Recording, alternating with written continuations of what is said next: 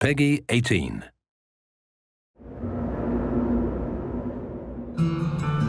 Metro has always uniquely been about stepping into Artyom's shoes, becoming Artyom, experiencing what life is like in that world, making the choices that you make as you play through, defining who that character is that you're playing as. We don't want you to sit down and play Metro and feel like you're playing a game. We want you to step through your monitor and actually participate in the world.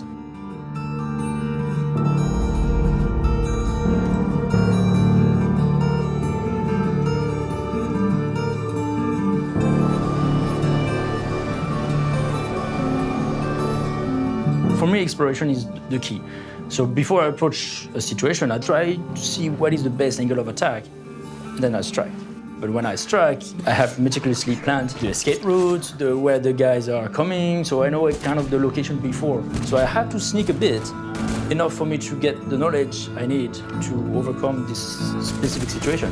The game allows you to play as an old-school, hardcore player, whether you are taking the stealth approach or you take the firearm approach. I take the second, and I may feel a big challenge to that, and I am happy to overcome the challenge. And people who are playing stealth are also happy. That's quite difficult to achieve in one large project like that, which was our goal, actually. I believe we have succeeded.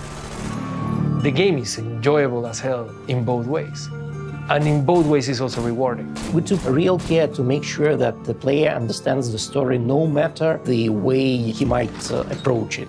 You might go for a full run and gun, and you could still get what's going on. It's not like you will be depriving yourself of any understanding of the people you are meeting or the events you're going through. But you will certainly lose some of the extras we put into the game. But then again, you're having fun. That's what matters. I'm the god of stealth.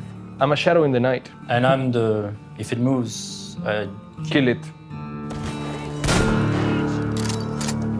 We've always wanted the world to react to players' decisions and how they like to approach situations. And so we've always had this underlying system that's been hidden to allow the player to play as they would naturally play and then be able to see the consequences of how they play. There are a lot more opportunities for players to make decisions that might have consequences, and there's a lot more opportunities for players to see those consequences. It's more about immersing yourself in the world and the world reacting realistically to what you do.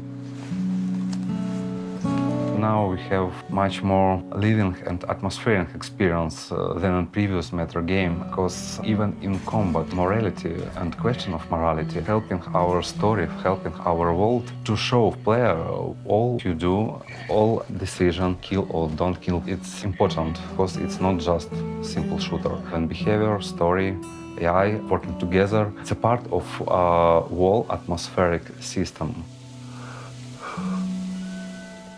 One of my favorite features in the game, first is our weapons, how they look, feel, and play. And the second is the huge improvement in the AI.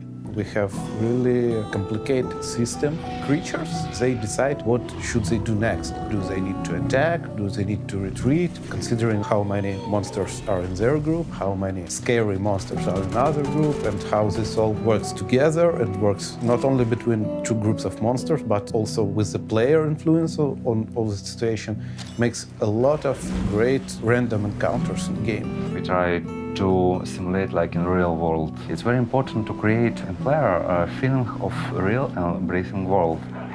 В общем, с момента обсуждения концепции игры с лидом мы пришли к выводу, что чем более детализированным будет звучание, тем более реалистичнее будет картинка. Для того, чтобы погрузить игрока в настоящую реальность, все-таки важно уделить внимание каждой мелочи. По максимуму мы стараемся озвучить все пространство, которое представлено на картинке, и то, как это происходит в реальной жизни. We have the saying that fear has wide eyes, and I must say fear has wide ears. First-person shooters are mostly about the action, but in Metro you can sit back and just enjoy the sound scenery of each level.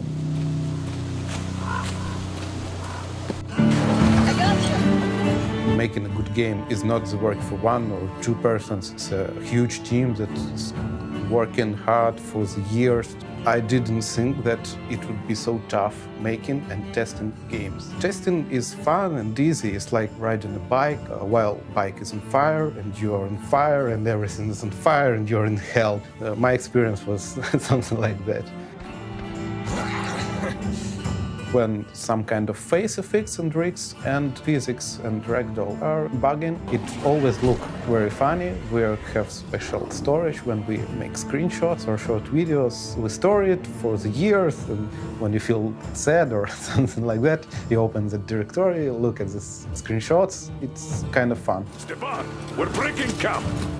I think coming to the end of the project, it's always kind of surreal. We spent 3-4 years working on something.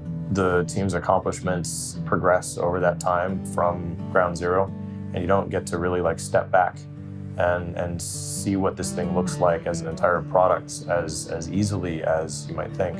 And when you do get those chances, it's pretty cool to see. And when you finally start to put all those pieces together, it was a huge moment because we actually got to see how all of that effort leading up to that point comes together into something that feels like a game and feels like an experience and feels like something that's real, a real product that we can release that players can enjoy. And it feels like it's something that you can really be proud of.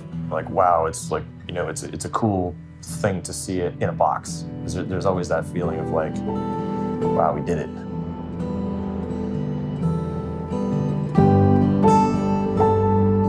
It's hard to believe that the things we make here are beloved to the millions of people, and that's the most thing I'm proud of, that we're making the product that so many people like.